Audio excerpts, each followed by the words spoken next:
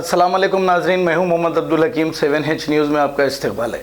इस साल हज को जाने वालों के लिए ये खबर ठीक नहीं है, क्योंकि कोरोना वायरस तेज़ी से फैलने की वजह से हो सकता है आप हज को नहीं जा सकेंगे और आपका जाना कैंसिल हो सकता है। क्योंकि कोरोना वायरस तेज़ी से फैलने की वजह से इस साल आप नहीं जा सकेंगे।